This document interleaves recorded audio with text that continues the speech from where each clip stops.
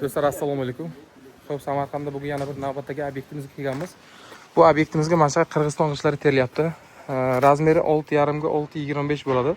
Bugun mana shu obyekt haqida to'liq ma'lumot beraman. G'ish usto haqqi qancha bo'ladi, hammasi polni obzor mandan, bitta like bilan podpiskasilardan. Xo'p, boshlaydigan bo'lsak, bu g'ishimiz Qirg'izistonniki bo'ladi. Razmeri balandligi 6,5, uzunligi 25, qalinligi 6 sm. 1 kvadratga bu g'ishimizdan 52 dona ketadi.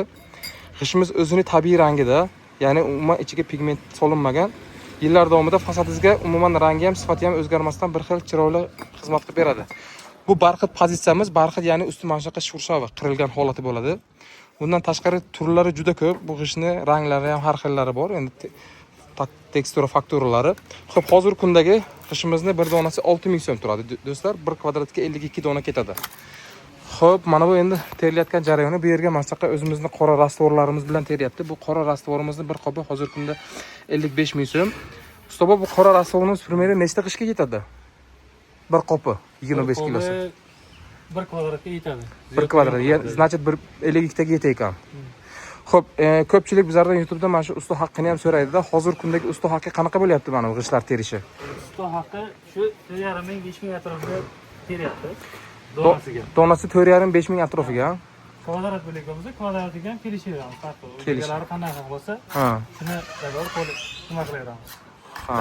Kelishaveramiz. Siz ishlashingiz bu yerda faqat Samarqand bo'yichami yo boshqa viloyatlarga ham chiqaverasizmi? Boshqa viloyatlar uchun chiqib xizmatlarimiz bor, mavjud. Boshqa viloyatlargami? Nomeringizni ayting, mabodo kimgadir mana shunaqa g'ish termoqchi bo'lsa, birdan telefon qilib o'z bilan gaplashib.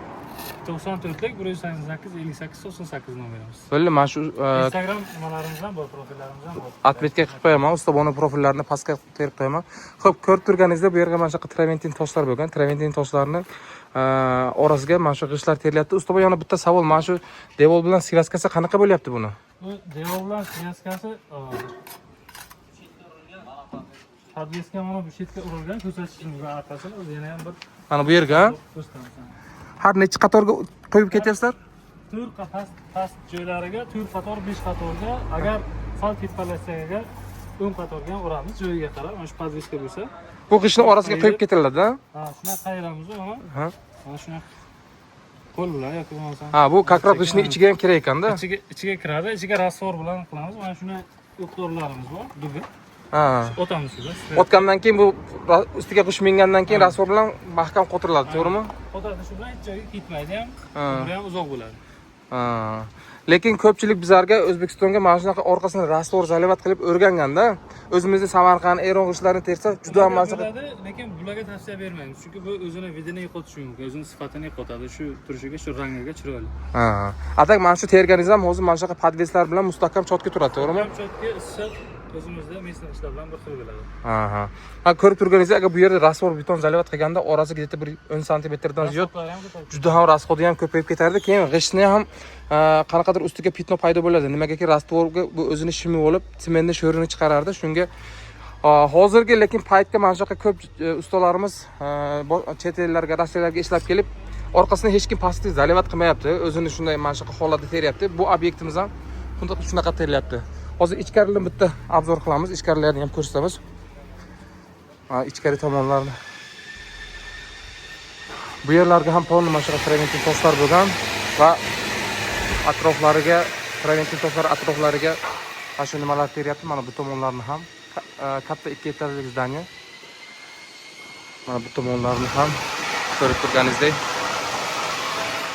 Bu yerlarga ham mana shunaqa polni hamma joyi ham shu arka edi. Arkalarning ichi polni mana shu g'ishlarimiz bilan va qora rastvorlarimiz bilan terildi.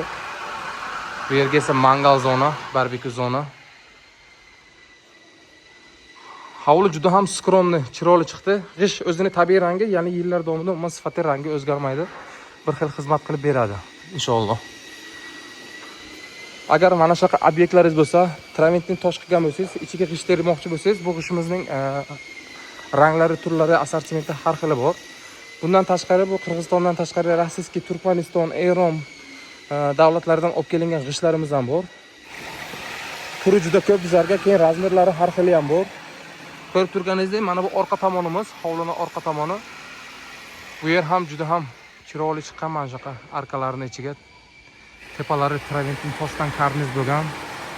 Deraza eshiklar atrofi polni original toshdan, mana shu burchaklari tosh bo'lgan va g'isht terilgan. G'isht bilasizlar, modadan hech qachon qolmaydi, rangi o'zgarmaydi, sifati buzilmaydi. Yillar davomida chiroyli fasadingizga xizmat qilib beradi.